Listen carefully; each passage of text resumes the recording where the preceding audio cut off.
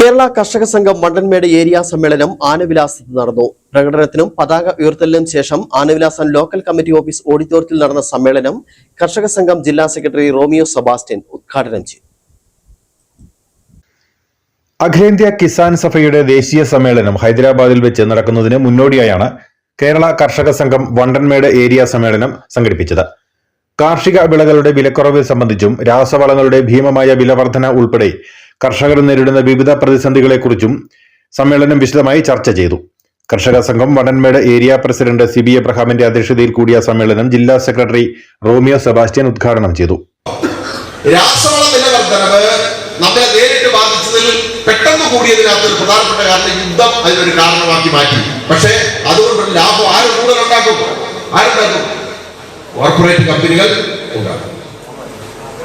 ഇപ്പൊ ഏറ്റവും ലാഭകരമായിട്ടുള്ള ഒരു ബിസിനസ് ഏതാണ്? കീടനാശിനി വളം കച്ചവടമാണ് കേട്ടോ, അല്ലേ? നമ്മുടെ ആളുകൾ ഇപ്പൊ കച്ചവടക്കാരുണ്ട്, ഏജൻസി എടുത്തിട്ട് ചെയ്യുന്നവരുണ്ട്. അത് തെറ്റൊന്നുമല്ല.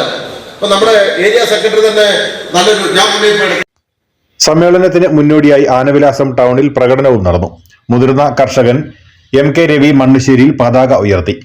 CPIM തമിഴ്നാട് സംസ്ഥാന കമ്മിറ്റി അംഗവും ഡിണ്ടിക്കൽ MP-യുമായ സച്ചിദാനന്ദം മുഖ്യപ്രഭാഷണം നടത്തി.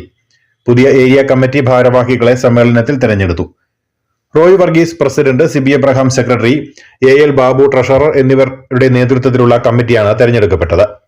കർഷക സംഘം സംസ്ഥാന വർക്കിംഗ് കമ്മിറ്റി അംഗം TK ഷാജി, CPM ഏരിയ സെക്രട്ടറിമാരായ TSBC മാത്യു ജോർജ്, DYFI ജില്ലാ സെക്രട്ടറി S സുധീഷ്, കർഷക സംഘം നേതാക്കളായ ബിജു കൊല്ലമല, സുരേന്ദ്രൻ കുടിലുമറ്റത്തിൽ തുടങ്ങിയവർ സംസാരിച്ചു. News bureau, Anakkara.